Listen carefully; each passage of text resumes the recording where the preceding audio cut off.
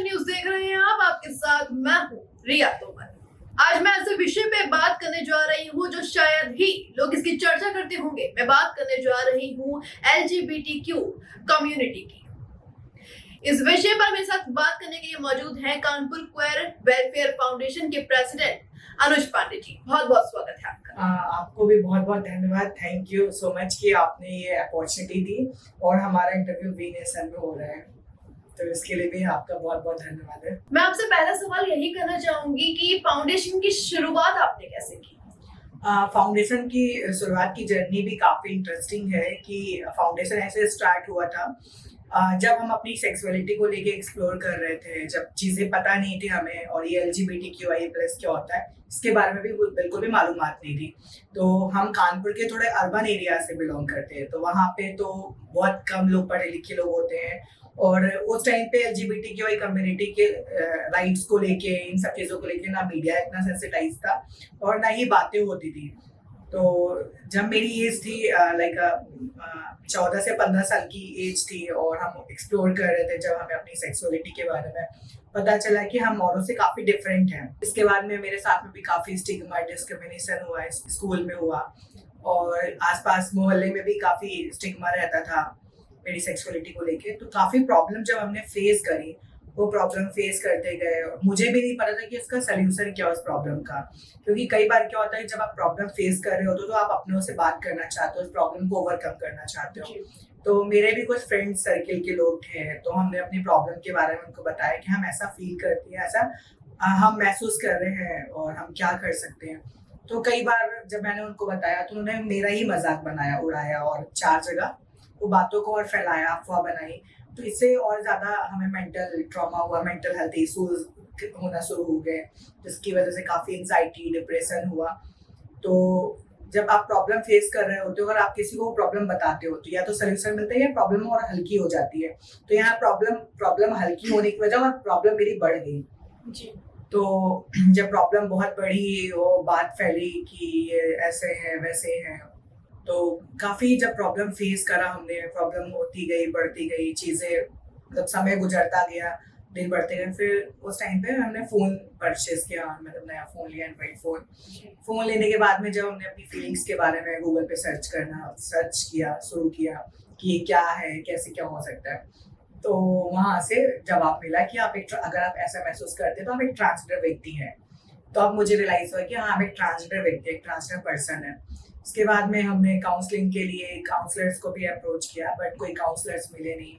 जो काउंसलर्स मिले उन्होंने भी डीमोटिवेट किया, उल्टा मुझसे पैसे ले लिए, सेशन के हिसाब से चार्ज किया 2000, बोला नेक्स्ट टाइम आएंगे फिर आप 2000 लेके आइएगा। और वो मतलब काउंसलिंग ऐसी होनी चाहिए जिससे आपको सेटिस्फेक्शन मिले। काउंसलर का काम होता है कि बेस्ट काउंसलिंग करना, अपने क्लाइंट को सेटिस्फाई करना और वो दोबारा फिर आपके पास में, ऐसा नहीं कि आप डीमोटिवेट कर दो कि वो दोबारा आए ना। तो हम उनकी काउंसलिंग से बहुत डीमोटिवेट हो गए। समय बीतता गया और चीज़ें, मतलब हम और एक्सप्लोर कर रहे थे, इंटरनेट का ज़माना था, हम गूगल पे काफ़ी रिसर्च भी कर रहे थे अपने आप को लेके। फिर मुझे एक नंबर मिलता है द हमसफर ट्रस्ट का, जो कि मुंबई बेस्ड एक ऑर्गेनाइजेशन है, CQO है, जो कि LGBTQI+ कम्युनिटी के लिए काम करती है। तो उनके नंबर पे हमने कॉल किया और फिर उनके काउंसलर से बात करी, सेशंस लिए, काफ़ी अच्छा लगा। फिर धीरे धीरे से शुरुआत हुई और हम निकलना स्टार्ट किए सिटी में। फिर देखा कि हमारे जैसे और भी लोग एग्जिस्ट कर रहे थे कानपुर सिटी में जी। उनका भी काफ़ी एग्जिस्टेंस था, बट उनके राइट्स को लेके, उनके एजुकेशन के लेके लोग बात नहीं कर रहे थे और क्राइसिस तो उस टाइम पे बहुत ज़्यादा होते थे। और I think same sex legalise भी नहीं था। अगर आप किसी लड़की के साथ सेक्स करते हो, पकड़े जा रहे हो, तो पुलिस पकड़ ले जाती थी, वो काफ़ी क्राइम होता था उस टाइम पे। कम्युनिटी के साथ में फ़ोन छिना लेना, उनके साथ मारकूट करना, जाति करना, कई बार उनके घर वाले करते थे, कई बार उनके दोस्त यार, ऐसे जनरल लोग भी उनके साथ इस तरह का भेदभाव करते थे। तो जब हमने ये चीज़ देखी कि सोसाइटी में प्रॉब्लम है, धीरे धीरे हम भी शुरुआत कर रहे थे। फिर हमने एक व्हाट्सएप ग्रुप बनाया। व्हाट्सएप ग्रुप में कुछ जो भी हमें कम्युनिटी के लोग मिलते थे, जो अपने बारे में बताते थे, हम उनको व्हाट्सएप ग्रुप में ऐड कर लेते थे। धीरे धीरे वो ऐड होते 30-35 लोग ऐड हो गए मेरे व्हाट्सएप ग्रुप में, उसमें से कुछ एग्जिट भी हो गए। फिर समय बीता गया, फिर सेम सेक्स लीगलाइज हुआ, 377 आया और आई थिंक सितंबर का महीना था, 10 सितंबर की समथिंग की डेट थी। और हम न्यूज़ भी देख रहे थे, पर उतना हम खुद भी नहीं अवेयर थे। थोड़ा बहुत नॉलेज था जो कि हमें इंटरनेट से ज्ञान मिला था, गूगल से। जी और फिर काफ़ी मतलब जब आया सेम सेक्स लीगलाइज हुआ, तो काफ़ी खुशी थी कानपुर के लोगों में, और ये उत्तर प्रदेश, मतलब हर जगह खुशी की लहर थी। 2018 में ये चीज हाँ, हुई थी। 2018 में। और 2017 में हमारी शुरुआत हुई थी, हमने कम्युनिटी में आना शुरू किया। जी फिर धीरे धीरे ऐसे बीतता गया समय, और फिर हम व्हाट्सएप ग्रुप के थ्रू लोगों को सर्विसेज देते गए, जी और हमने क्वीर नाम दिया, कानपुर क्वीर कम्युनिटी या कानपुर क्वीर कलेक्टिव, और वो चलता गया, जिसमें हम लोग mental health counselling, family counselling support देते थे, और HIV एड्स सपोर्ट देते थे, HIV एड्स और STI काउंसलिंग सर्विसेज, जो कि बिल्कुल फ्री ऑफ कॉस्ट थी। फिर जब कोविड का टाइम आया 2020 में, 21 में कोविड आया, उस पीरियड में कई लोग जो लोग HIV एड्स से सर्वाइव कर रहे थे, तो कई केसेस आए हमारे पास में, उनको इस बीच में HIV हुआ था, बट वो दवा नहीं ले पाए, ट्रीटमेंट नहीं प्रॉपर हो पाया क्योंकि कोविड का टाइम था। तो कई लोगों को हमने मरते हुए भी देखा है HIV एड्स की वजह से, और उनको TB वगैरह भी हुआ है। जी जब हमने ये चीज़ देखी कि हाँ वाकई में बहुत प्रॉब्लम है, मतलब मेरा दिल दहल गया। पहला केस मेरे पास में HIV एड्स का आया था, मुझे तो HIV एड्स की नॉलेज ही नहीं थी, HIV एड्स होता कैसे, क्या बीमारी क्या नहीं है। जब आया तो मतलब मेरे सामने 2 लोगों को मैंने मरते हुए देखा, वो भी कम्युनिटी के थे, मेरे अच्छे फ्रेंड्स थे, और हम उनको बचा नहीं पाए। फिर 2021 का समय आया, और हमने अपनी संस्था को रजिस्टर कराया, जिसके माध्यम से हमने अलग अलग जगहों पे कोलैबोरेशंस करना शुरू किया। हमने हाइजीन किट डिस्ट्रीब्यूशन ड्राइव करा, राशन डिस्ट्रीब्यूशन ड्राइव करी, और जो लोग जो हिजरा कल्चर्स को ज्वाइन नहीं करते बेसिकली, जी जो ट्रांस महिलाएं होती हैं, ट्रांस पुरुष होते हैं, जी जो अपने फैमिली के साथ रहते हैं, या कुछ लोग फैमिली जिनकी स्वीकार नहीं करती है, वो अलग जाके अपना रेंट पे रहते हैं, तो उन लोगों के साथ ज्यादा क्राइसिस थे, जी क्योंकि कोविड का टाइम था, भुखमरी और महामारी थी, तो सरवाइव करना बड़ा मुश्किल था, और हमारी संस्था भी उतनी स्ट्रांग नहीं थी कि हम उनको हेल्प कर पाए। तो हमारे एक डोनर ने बोला कि जब अगर आपकी संस्था रजिस्टर्ड होगी तो हम आपको राशन का सपोर्ट कर सकते हैं। तो हमने 300 प्लस लोगों को राशन डिस्ट्रीब्यूशन किया फर्स्ट ड्राइव में, और उसी टाइम पे ही हमने पैसे जोड़े हुए थे और संस्था रजिस्टर्ड कराई।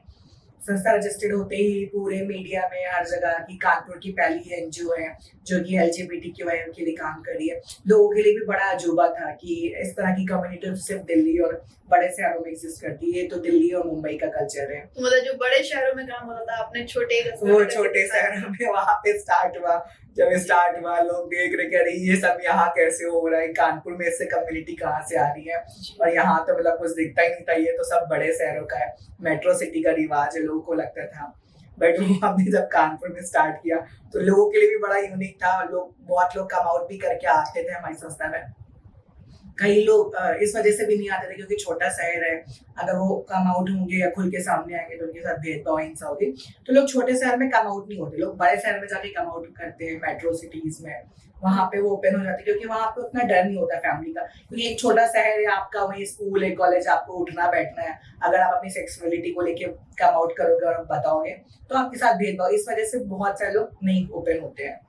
तो जब ये संस्था स्टार्ट हुई तो लोगों को लगा कि एक सपोर्ट सिस्टम है, तो लोग धीरे धीरे बाहर आने लगे, सड़कों पे निकलने लगे, अपने गेटअप में निकल रहे, तो लोग बड़ा मतलब मजाक करते थे, मजाक बनाते थे कि ये क्या है, कैसे कैसे लोग आ रहे हैं यहाँ पे। तो धीरे धीरे वो माइंडसेट को हमने चेंज करा, वहाँ का पर्सपेक्टिव था, जो सोचने का नजरिया था, कि लोगों को लगता था ये फॉरेन कल्चर है, फॉरेन सा है, पर ये फॉरेन कल्चर नहीं है, ये बहुत टाइम से एक्सिस्टेंस है, लाइक मुगल के टाइम से है, जब मुगल कालीन था, और राम के टाइम से मतलब ट्रांसजेंडर्स और गे एग्जिस्टेंस था, बट ये कि उतना खुल के बात नहीं होती। शिखंडी की बात आती है महाभारत में। हाँ, महाभारत में शिखंडी की बात आती है, और अगर हम बात करें देवताओं की तो महादेव को भी अर्धनारी का रूप बोला गया है, और भगवान विष्णु भगवान ने भी मोहिनी अवतार लिया है, जब भस्मासुर को वध करना था, तो उनको कोई मार नहीं सकता था, मतलब भस्मासुर को वरदान था कि वो नर हो या नारी हो, तो भगवान विष्णु ने अपना अवतार लिया था, मोहिनी अवतार। तो ये मतलब लाइक महाभारत और पुराणों के टाइम से, मुगल के टाइम से चला आ रहा है, तो ये कोई मतलब फॉरेन कल्चर नहीं है। लोगों को लगता है फॉरेन कल्चर है, तो ये बहुत गलत बात है जी। बट ये है कि उस टाइम पे वो लोग खुल के सामने आ रहे थे, उनको एक अभिव्यक्ति की आजादी नहीं थी। बट जब सुप्रीम कोर्ट ने जजमेंट सुनाया, कम्युनिटी के हित में फैसला आया, तो लोगों को लगा कि चलो अब सरकारें भी सुन रही है, तो वो खुल के अब बाहर आने लगे हैं। अच्छा, एक सवाल मैं आपसे करना चाहूंगी, LGBTQ आपके लिए ये क्या है? हमारे लिए जो LGBTQI+ है, ये सेक्सुअलिटी है, ये कोई जेंडर नहीं है, जेंडर 3 है, महिला, पुरुष और ट्रांसजेंडर। जी हाँ, तो L for lesbian, G for gay, B for bisexual, T for transgender, Q for queer, I for intersex, A for asexual. जी तो लेस्बियन वो होती है जो एक लड़की होती है और एक लड़की को पसंद कर रही होती है, उसका झुकाव लड़की की तरफ होता है। और गे एक प्रॉपर लड़का होता है, उसका अट्रैक्शन बॉयज की तरफ है, तो वो एक गे हो गया। ट्रांसजेंडर एक अम्ब्रेला टर्म होता है। ट्रांसजेंडर एक अम्ब्रेला है जिसके नीचे बहुत सारी शाखाएं आती हैं। लोग बहुत बार कंफ्यूज होते हैं, लोग गे को भी ट्रांसजेंडर समझ लेते हैं जी और लोगों को समझ नहीं है ट्रांसजेंडर्स के बारे में। तो ट्रांसजेंडर्स की कई शाखाएं हैं, जैसे किन्नर होते हैं, हिजड़ा भी होते हैं, जी मंगलामुखी आपने सुना होगा। जब कई बार आपके यहाँ शादी होती है या शुभ काम होता है तो वो आपके यहाँ आते हैं, मंगल कामना करते हो, बदले में आप उनको पैसे देते हो एज अ टोकन, वो आपको दुआ देते हैं। तो वो मंगलामुखी किन्नर हो गए, ऐसे जोगती जोगता। तो ऐसे बहुत तरह की है मतलब लाइक किन्नर में ट्रांसजेंडर्स में शाखाएं हैं। और ट्रांस पुरुष होते हैं, ट्रांस महिलाएं होती हैं।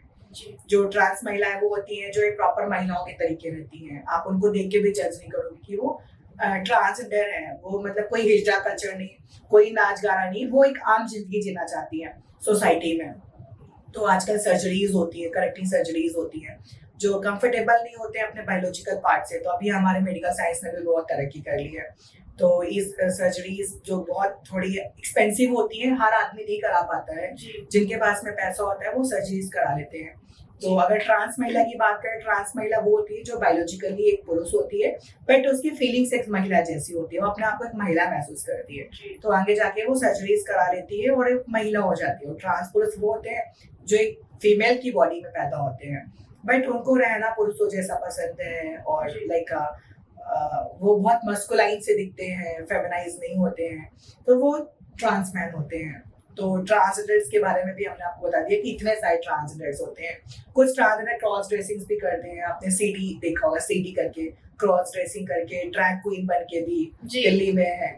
तो ये सब ट्रांसजेंडर्स में ही आते हैं, ये सब अलग अलग लोग हैं और ट्रांसजेंडर एक अम्ब्रेला टर्म है, उसके नीचे बहुत सारे लोग हैं। यानी जो लोगों का मिथ था कि सब एक ही होते हैं, वो नहीं है। सब लोग ट्रांस महिला को भी देख रहे हैं, हिजड़ा जा रहा है, वो छक्का जा रहा था, ऐसा नहीं है। ये सब अलग अलग लोग हैं, मतलब अलग अलग इसके टर्मिनोलॉजी है, अलग अलग परिभाषा है लोगों को। तो ये लोगों को फाइट आउट करना चाहिए। तो ये आपको ट्रांसजेंडर्स के बारे में। इसमें एसेक्सुअल होते हैं। एसेक्सुअल वो कम्युनिटी के लोग होते हैं जिनका अट्रैक्शन ना पुरुषों की तरफ होता है ना मेल की तरफ होता है, मतलब उनको सेक्सुअल अट्रैक्शन होता ही नहीं है। अच्छा। वो समटाइम्स आपके लिए रोमांटिक हो सकता है, आपसे बात कर सकते हैं, बट उनकी सेक्सुअल फीलिंग्स ही नहीं होती है। तो इस तरह से भी सेक्सुअलिटीज होती है और लोगों को जानना चाहिए। और ये मतलब लाइक कॉलेज में भी पढ़ाना चाहिए लाइक जेंडर इक्वलिटी के बारे में, सेक्सुअलिटी के बारे में। अब लोग LGBTQI को भी जेंडर समझ लेते हैं, तो LGBTQI कोई जेंडर नहीं है, ये एक सेक्सुअलिटी है, आपकी लैंगिकता है। जेंडर सिर्फ 3 ही है, महिला, पुरुष और ट्रांसजेंडर। तो ये लोगों को जानना है। अच्छा, मेरा अगला सवाल ये है कि जैसे कि इस कम्युनिटी पे हम बात कर रहे हैं, LGBTQ पे बात कर रहे हैं, तो आप इनमें से किस कम्युनिटी को बिलोंग करते हैं? हम इसमें से एक ट्रांसजेंडर पर्सन अपने आप को उभयलिंगी जिसे बोलते हैं, हिंदी इंग्लिश में ट्रांसजेंडर है और हिंदी में उभयलिंगी बोलते हैं। तो हम उभयलिंगी पर्सन है और ये नालसा जजमेंट आया था transgender rights act and protection 2019, मतलब ट्रांसजेंडर के अधिकारों का वो करना, सुरक्षित करना। तो उसके तहत सुप्रीम कोर्ट ने यह आजादी दी है कि आप अपने आप को अगर ट्रांसजेंडर महसूस कर रहे हैं और आप खुद से एक्सेप्ट कर रहे हैं कि आप एक ट्रांसजेंडर पर्सन है, तो ये सुप्रीम कोर्ट को मानना पड़ेगा। इसके लिए एक ट्रांसजेंडर ID कार्ड बनता है। एक प्रॉपर एक मिनिस्ट्री बनाई गई, ministry of social justice and empowerment, जो कि सेंट्रल गवर्नमेंट की स्कीम है। और इसमें आपको आवेदन करना होता है जब भी आप अपने आप को स्वीकार कर लिया कि आप एक ट्रांसजेंडर पर्सन है, ठीक है। तो एक्ट 6 के तहत आप एक फॉर्म भरते हैं, ट्रांसजेंडर पोर्टल्स पे जाते हैं और आपको वहाँ के नजदीकी DM ऑफिस से आपको ट्रांसजेंडर सर्टिफिकेट मिल जाता है कि हाँ आप एक उभयलिंगी व्यक्ति हैं। तो आपने जैसे कि आपने अपने बारे में बताया कि आपने इस तरह से शुरुआत की, आपको इस तरह से पता चला, तो अभी जो लोग आपके पास आते हैं, आपके फाउंडेशन में आते हैं, उनको किस तरह से आप समझाते हैं या आप भी उन्हें मोटिवेट करने का काम करते हैं कि आप खुद को पहचानिए, आप इस कम्युनिटी को बिलोंग करते हैं, आप ये हैं? हमारे पास में बहुत बार केसेस आते हैं कि फैमिली सपोर्ट नहीं कर रही है, फैमिली कई बार हिंसा करती है। आज का वो दौर हो गया, अब तो AI का जमाना हो गया। मेरे टाइम में तो मुझे अपने आप को पहचानने में बड़ा टाइम लग गया था और आजकल तो हम देखते हैं बहुत छोटी एज में लोग अपने आप को पहचान जा रहे हैं, क्योंकि इंटरनेट का जमाना है, मोबाइल का, जी। टीवीज में, न्यूज़पेपर में हर जगह आ रहा है। तो मेरे पास 14-14 साल के बच्चे आते हैं, इवन लड़कियां आती हैं, वो इस तरह का महसूस करती हैं और बोलती हैं कि हम ट्रांसजेंडर हैं या LGBTQ ऐसे। तो समय बहुत बदल रहा है। मेरे टाइम में क्या था कि हमको बहुत अपने आप को पहचानने में टाइम लगा, बट अभी तो 14 साल 15 साल जो बहुत कम एज के लोग हैं वो भी खुल खुल के सामने आ रहे और बताते हैं। तो हमारी ऑर्गेनाइजेशन 18+ को सपोर्ट करती है, पहली बात तो 18+ को। अगर इस तरह के लोग आते हैं तो हम लोग फैमिली कंसल्ट लेते हैं, विदाउट फैमिली कंसल्ट उनको सपोर्ट नहीं करते। हाँ, अगर फैमिली उनके साथ अगर हिंसा कर रही है, कोई जाति कर रही है, तो हम फैमिली के खिलाफ एक्शन लेते हैं कि नहीं, आप इनके साथ जाति मत करिए। जब वो 18+ हो जाता है, वो समझदार बालिग हो जाता है, तब हम उसको अपनी ऑर्गेनाइजेशन में रजिस्टर्ड करते हैं और उसको सपोर्ट करते हैं। तब तक वो अपने पेरेंट्स के पास ही रहता है।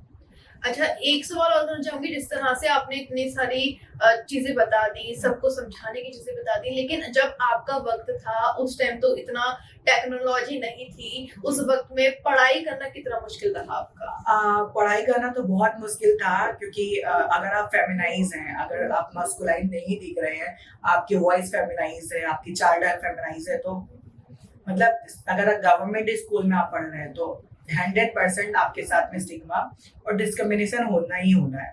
तो मेरे टाइम में क्या था कि हमने गवर्नमेंट स्कूल से पढ़ाई करी है, तो जी। और कानपुर सिटी की बात करें तो वो थोड़ा कंजर्वेटिव सिटी है जी। और माइंड से भी बड़ा ऑर्थोडॉक्स टाइप का है। जी। तो बहुत बुलिंग होती थी मेरे साथ में, जी। सेक्सुअल हैरेसमेंट भी होते थे, सेक्सुअल बुलिंग भी हो रही है, और मतलब जीना दुश्वार था मेरा कि हम स्कूल जाएं कि ना जाएं।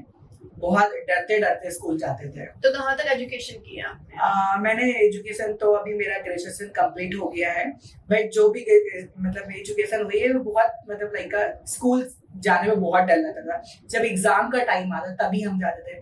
तो इस प्रॉब्लम को लेके हमने कई बार अपने जो प्रिंसिपल है उनको सेंसिटाइज करने की कोशिश करी, उनको बताने की कोशिश करी, तो उल्टा मेरी ही गलती दबा के और मुझे ही मतलब गलत उल्टी सीधी सुना के और ब्लेम करके कि अरे तुम तो ऐसे हो वैसे हो। और इवन हमारे जो लोग करते थे वो उल्टा हमें ही वो बोलते थे।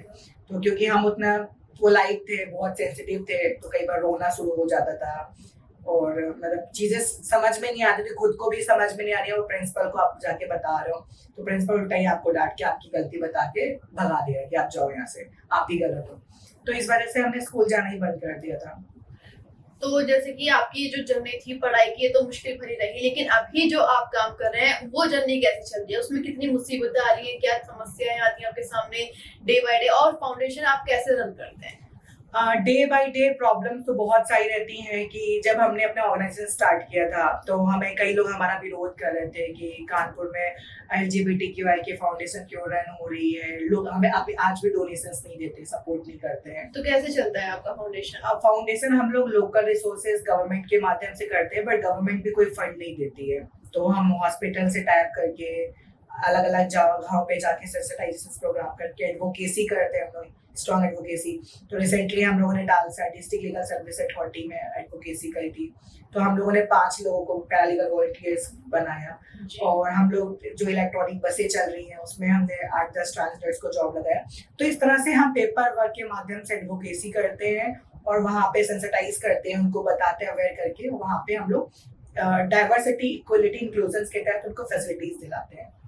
चलिए, ये तो बहुत बढ़िया बात है, लेकिन यहाँ हम दिल्ली की बात करें तो जैसे प्राइड डे होता है, एक अपना दिन बना दिया गया है, तो उस डे में आप कभी शामिल हुए हैं या उस जगह गए हैं जहाँ ये सारे लोग LGBTQ कम्युनिटी के लोग इकट्ठा होते हैं अपनी अधिकार के लिए, अपने न्याय के लिए और अपने अधिकारों की तमाम बातों के लिए बातें करते हैं और खुशी मनाते हैं? इस तरह से आप कभी गए हैं?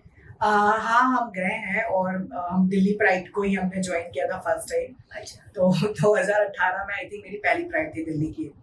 तो हमने 2018 में दिल्ली की प्राइड ज्वाइन करी थी और देखा हमने कि काफी लोग इकट्ठा होते हैं। उस टाइम पे मुझे लगा कि अरे इतनी सारी पॉपुलेशन LGBT की, मतलब जब हम कानपुर में रहते थे तो मुझे लगता था कि मुश्किल से 40-30-20 लोग ही होंगे और पूरे भारत में मतलब एक मेरा माइंडसेट था बहुत कम लोग हैं, इस तरह से बहुत कम लोग होते हैं, क्योंकि हमें लगता था हम पहले तो अकेले ही हैं इस दुनिया में, मतलब हम ही ऐसे हैं जो ऐसे थॉट्स रखते हैं और इस तरह के बनाए गए हुए हैं। बट जब हमने प्राइड परेड में देखा दिल्ली में, वहां पे 50,000 मतलब 40-45 हजार के करीबन यूथ, स्टूडेंट, लड़कियां, ट्रांस, बहुत सारे लोग, मतलब बहुत आश्चर्य हुआ कि इतनी सारी पॉपुलेशन है। तब जाके रियलाइज हुआ कि हाँ प्राउड, उस टाइम पे प्राउड मोमेंट था जब प्राइड होती है, तो उसको देखा देखी हमने कानपुर में भी स्टार्ट किया प्राइड परेड। तो अभी रिसेंटली 10 नवंबर 2024 को हमारा प्राइड परेड हुआ।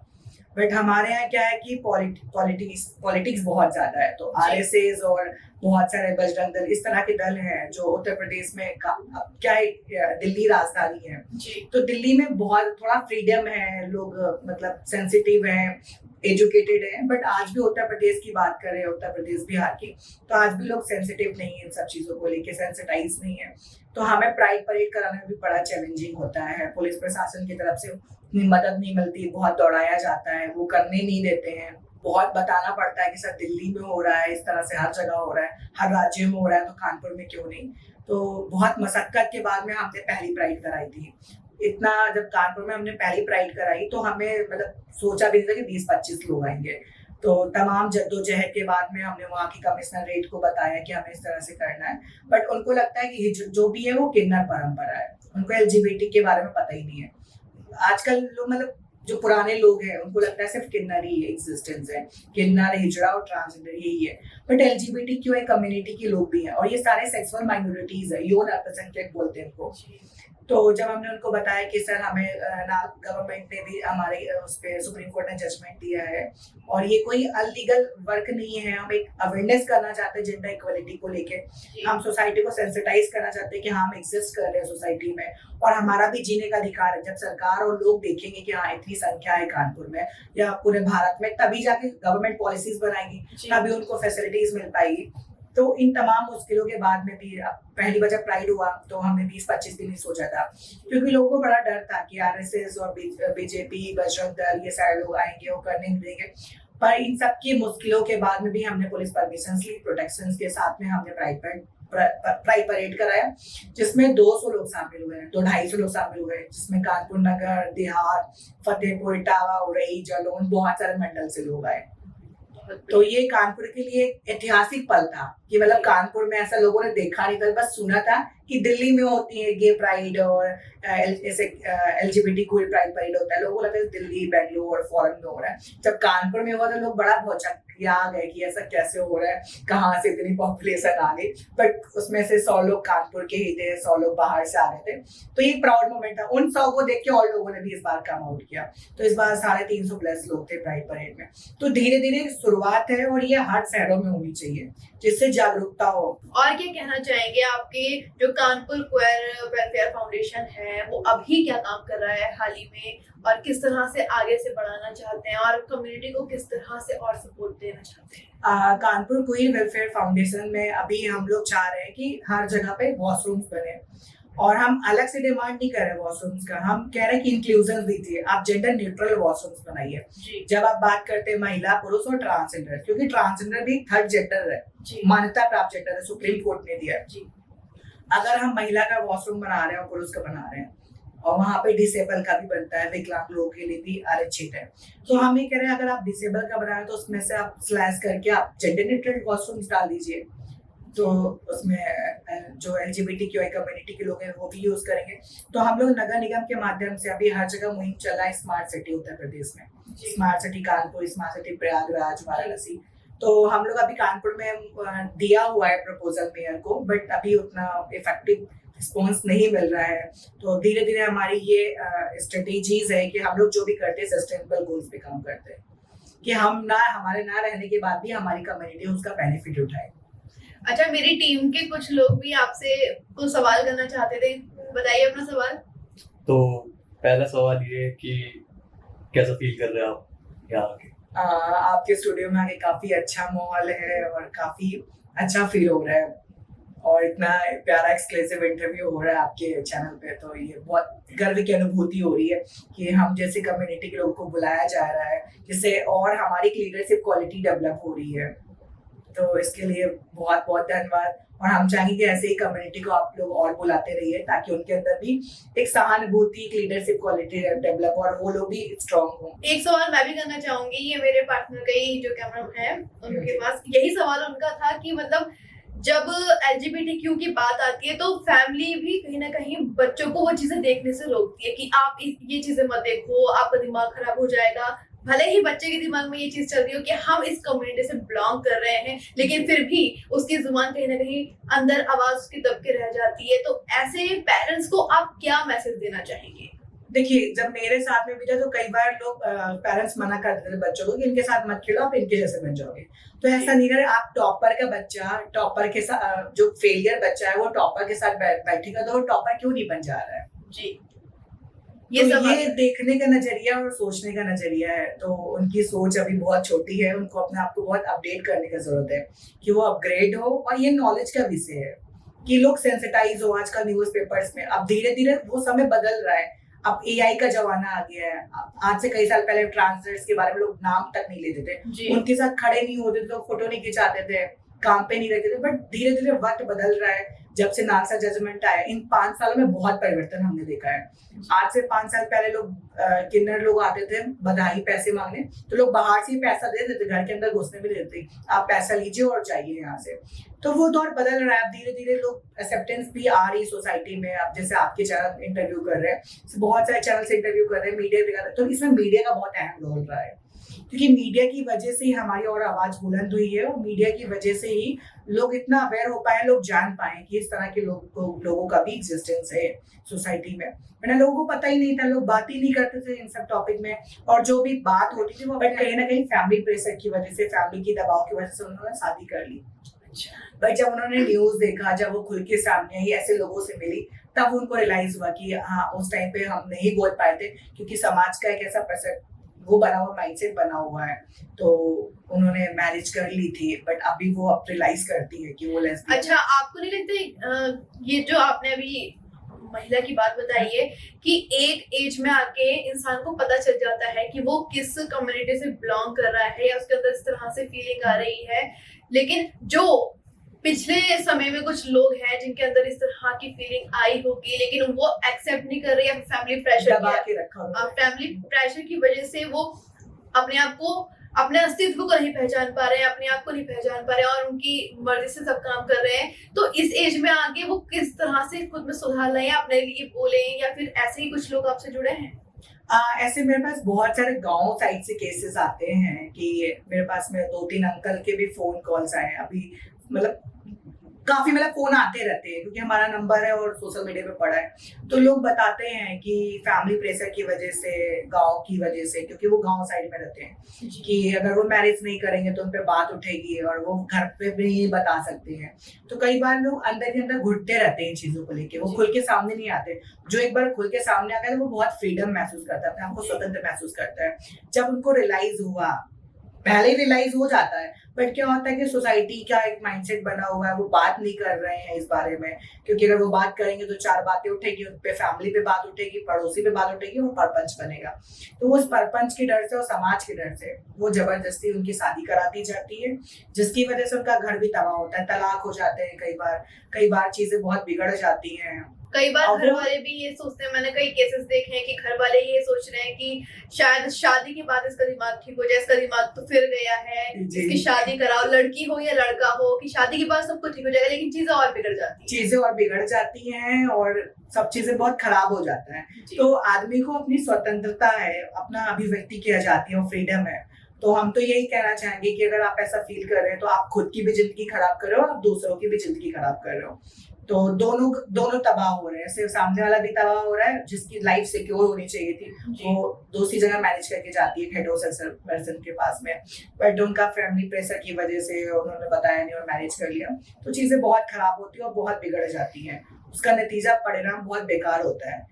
तो यही है कि मेरे पास अभी भी बहुत सारे लोगों का फोन आता है कि उनका डिवोर्स हो गया है, क्योंकि उन्होंने जब पूछा जाता है कि आपने मैरिज क्यों करी, तो वो बताते हैं कि फैमिली प्रेशर था, वो मजबूर थे, या तो वो सुसाइड कर ले या तो वो घर से भाग जाए, इसके अलावा कोई चारा नहीं है।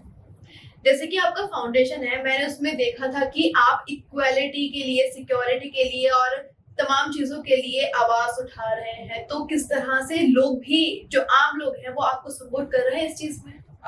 जैसे अभी हम लोग LGBTQI पे काम करते हैं, इसके साथ साथ अलग मुद्दों पे भी है, जैसे HIV एड्स कई की पॉपुलेशन को हो सकता है, जैसे सेक्सुअल माइनॉरिटीज में जो सेक्स वर्क कर रहे हैं, वो चाहे महिला हो पुरुष हो, और कई बार ट्रैकर्स होते हैं जो सेक्सुअल एक्टिविटीज में इन्वॉल्व रहते हैं या जो नशा करते हैं इंजेक्शन से, सुई से नशा शेयरिंग करते हैं, तो उनको HIV एड्स का रहता है। तो हम अभी HIV एड्स पे ज्यादा काम कर रहे हैं, HIV फोकस कर रहे हैं, तो इसका समर्थन भी मिल रहा है, लोग सपोर्ट भी कर रहे हैं और हम महिलाओं के मुद्दों पे भी खड़े हो जाते हैं, उनकी आवाज भी बुलंद करते हैं।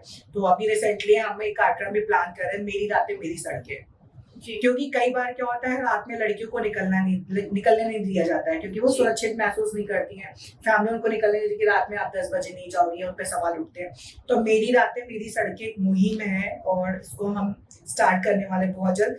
ये इवनिंग के टाइम पे हम इसको करेंगे, मतलब इसका एक कॉन्सेप्ट प्लान है हमारा कि इसको हम इवनिंग में करेंगे 7-8 बजे, और जितनी भी महिलाएं उनको इकट्ठा करेंगे। इकट्ठा करने के बाद उनके राइट्स के बाद उनको अवेयर करेंगे, क्योंकि एक पर्सपेक्टिव बना है कि रात में महिलाएं नहीं निकल सकती है, 10 बजे के बाद जा नहीं सकती है। तो इस तरह से भी हम लोग मुहिम चलाते हैं महिलाओं के अधिकारों के लिए, चाहे वो ट्रांस अधिकारों के लिए। तो हम सभी को समाज में सबको साथ में लेके चलते हैं और एक जेंडर इक्वलिटी की बात करते हैं। यानी कि जो अभी आपका कानपुर क्वेयर वेलफेयर फाउंडेशन है वो सिर्फ LGBTQ+ को ही नहीं बाकी सभी लोगों को सपोर्ट कर रहा है, उनके लिए कुछ करना चाहता है, आगे बढ़ाना चाहता और है। अभी जैसे कि सर्दी स्टार्ट हो गई है तो हमारी मुहिम चलती है दरिया दिल्ली मुहिम। जी। तो हम लोग टाइप करते हैं, रेडियो चैनल है एक हमारे यहाँ कानपुर में, तो एक दरिया दिल्ली मुहिम चलाते हैं। तो दिसंबर में स्टार्ट होता है, 25 दिसंबर से पहले।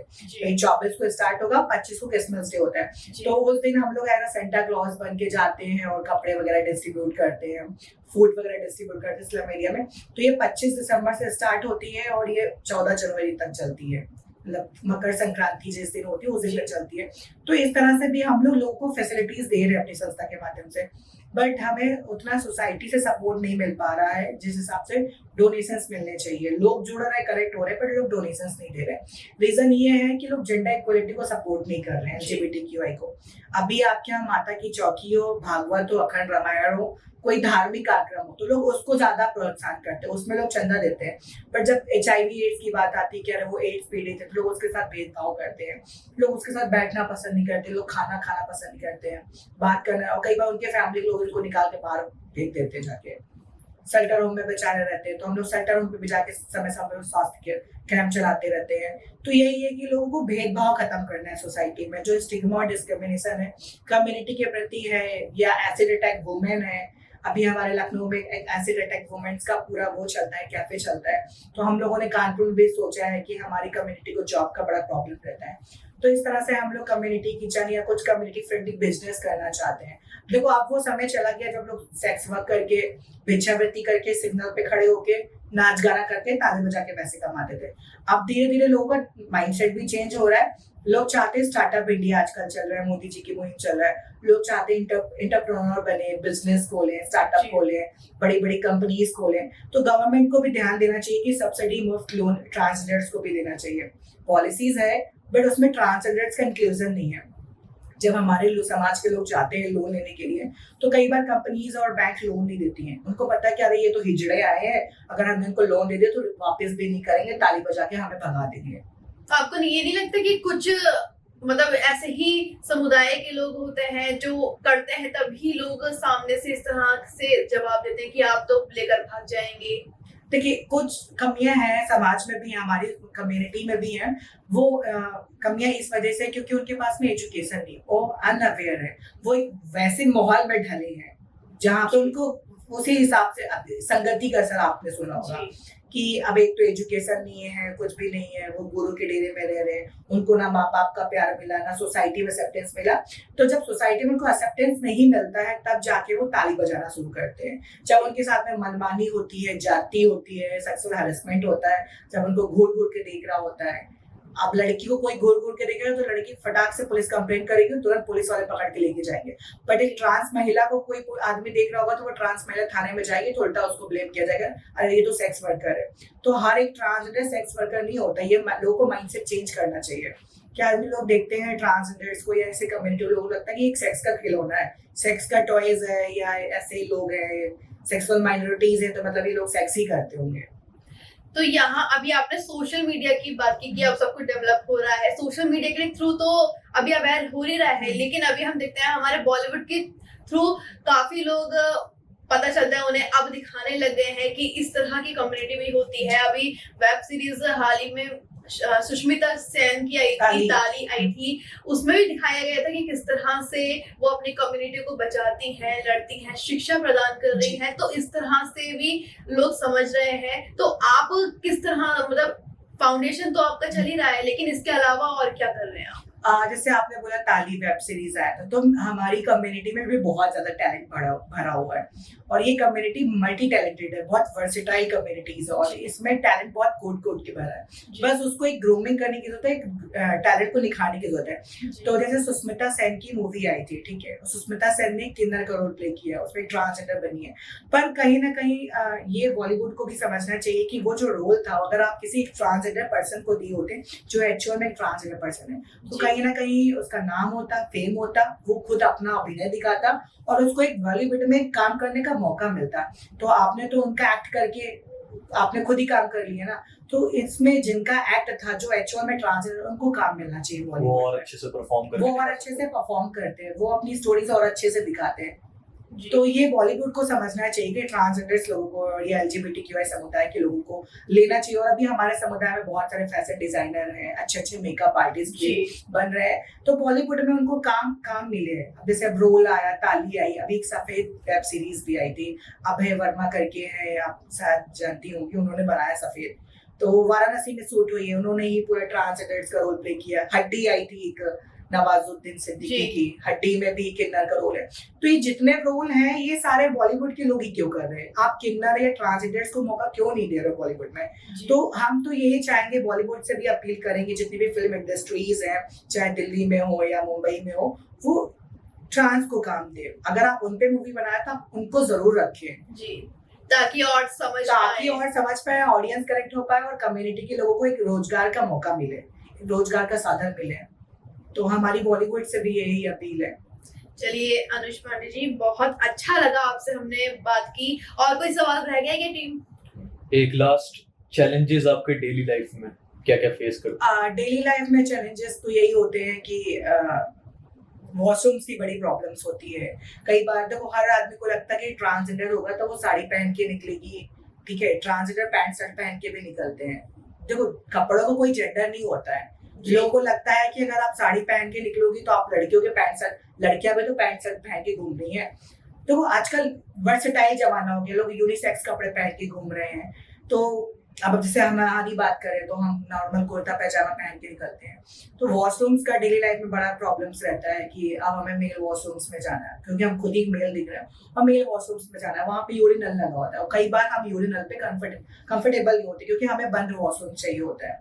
तो उस टाइम पे बड़ा प्रॉब्लम होता है कि हम महिलाओं के वॉशरूम में जा नहीं सकते हैं और पुरुष के वॉशरूम्स में जा रहे हैं, वहाँ पे यूरिनल लगा हुआ है, तो हमें तो कंफर्टेबल ही नहीं हो रहा है। तो ये सबसे बड़ा प्राइमरी नीड्स है वॉशरूम में इंसान की, क्योंकि आप ज्यादा देर तक वॉशरूम नहीं रोक सकते हो।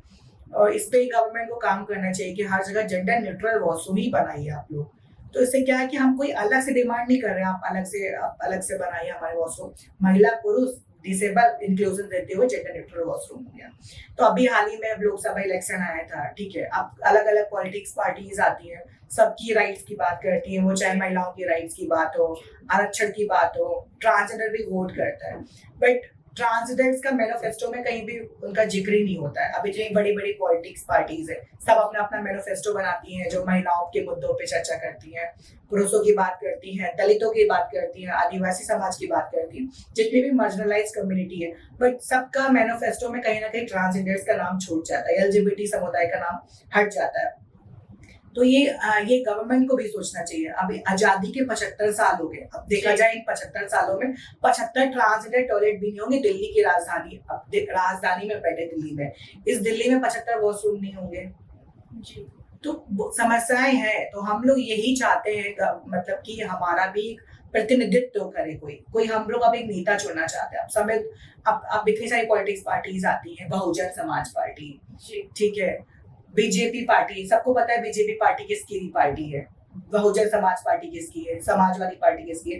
तो सब लोग धर्म की राजनीति कर रहे हैं और अपने जाति को प्रमोट कर रहे हैं, तो कहीं ना कहीं ट्रांसजेंडर छूट जाता है। तो अब हम लोग कोशिश कर रहे हैं कि हमारे समाज से भी नेता डेवलप हो, हमारे हमारे उसमें समुदाय में रहे ये नेता, बट वो छोटे नेता रहे हैं, कोई गांव का प्रधान बना है, कोई पार्षद बना है, बहुत कम मात्रा में रही है। अच्छा, आपको कभी मौका मिले बनने का तो फिर क्या बनना चाहेंगे, किस पद पे, प्रधानमंत्री, सीएम, इस तरह का अगर आपको मौका मिले बनना तो किस तरह का भारत बनाएंगे? हम तो चाहते हैं कि देखो, पॉलिसी जो बनाते हैं पॉलिसी मेकर नेता होते हैं। सबको पता है कि पार्लियामेंट में बिल पास होता है, फिर जाके वो इम्प्लीमेंट होता है। तो हमारी ख्वाहिश यही है कि अगर हम एमपी बनते हैं, मेंबर ऑफ पार्लियामेंट बनते हैं, तो सबसे पहले तो अपने समुदाय का उत्थान करेंगे, बाद में और कम्युनिटीज उनका तो उत्थान हो ही रहा है, पर जो मार्जिनलाइज कम्युनिटी है, सब आदिवासी पे बात कर रहे हैं, दलित समुदाय पे बात कर रहे हैं, पर कोई ट्रांसजेंडर पे बात नहीं कर रहा है। अगर हमें मौका मिलता है तो अगर हम एमपी बनते हैं तो हम सबसे पहले अपने ट्रांसजेंडर समुदाय का उत्थान करेंगे, उनके लिए बहुत सारी पॉलिसीज लेके आएंगे। हाउसिंग स्कीम हो गया, अब घर का बात करें, सरकार सबको घर दे रही है, पर अभी तक आप सर्वे करा लीजिए कितने ट्रांसजेंडर्स को घर मिला होगा प्रधानमंत्री आवास योजना के तहत या मुख्यमंत्री आवास योजना के तहत। इन 75 सालों में 75 ट्रांसजेंडर्स घर भी नहीं दिए होंगे, 75 ट्रांसजेंडर टॉयलेट्स नहीं है।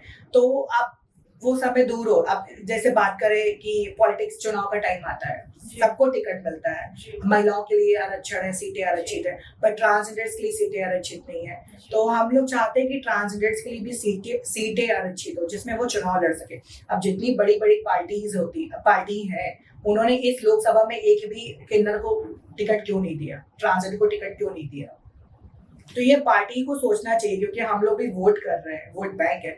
तो हम आने वाले समय पे देखना चाहते हैं कि हमारे जो ट्रांसजेंडर समुदाय के लोग हैं वो पुजारी बने, जो गे है वो मौलाना बने, सब अपने ऊंचे ऊंचे पद में, कोई पुजारी बने, कोई नेता बने, IAS PCS अधिकारी बने। तो इस तरह से चीजें होती रहे और एजुकेशन पे भी रिजर्वेशन हो। अब एजुकेशन की बात करें, इन्होंने बोला कि थर्ड जेंडर अब कॉलम में आने लगा है, बट कितने ही कॉलेज में ट्रांसजेंडर को एडमिशन मिला? सर्वे करा लीजिए, आंकड़े करा लीजिए। एक तो सबसे बड़ी प्रॉब्लम ये कि गवर्नमेंट के पास में एक्चुअल डाटा नहीं है ट्रांसजेंडर्स का, क्योंकि अभी तक उन्होंने सर्वे नहीं कराया है। महिलाओं का डाटा है, पुरुष का डाटा है, पर जो ट्रांसजेंडर्स का डाटा है वो टेंटेटिव डाटा है। तो आखिर में क्या कहना चाहेंगे आप सभी से, जितने भी समाज के लोग हैं, जितने भी गवर्नमेंट को बोलते हैं एक चेहरा बन के सामने उभरे हैं, जितने भी फैमिलीज हैं जिनके घर में ऐसा कोई बच्चा पल रहा है, आखिर में क्या शब्द बोलना चाहेंगे उन्हें? क्या पॉजिटिव मैसेज रहेगा? हम तो यही कहना चाहेंगे, अगर आपके घर में कोई LGBTQI समुदाय से बच्चा है तो आप उसे सपोर्ट करिए, उसको समर्थन दीजिए और प्यार दीजिए। क्या पता है कि आपका वो एक हेटेरोसेक्सुअल बच्चे से ज्यादा आपको प्यार करे, वो आपकी ज्यादा सेवा करे। तो हम तो यही चाहेंगे कि आप उसे और प्यार दे, पढ़ाई लिखाए, क्या पता वो IAS PCS बन के आए, वो कल का आपके जिले का कलेक्टर बन के आए।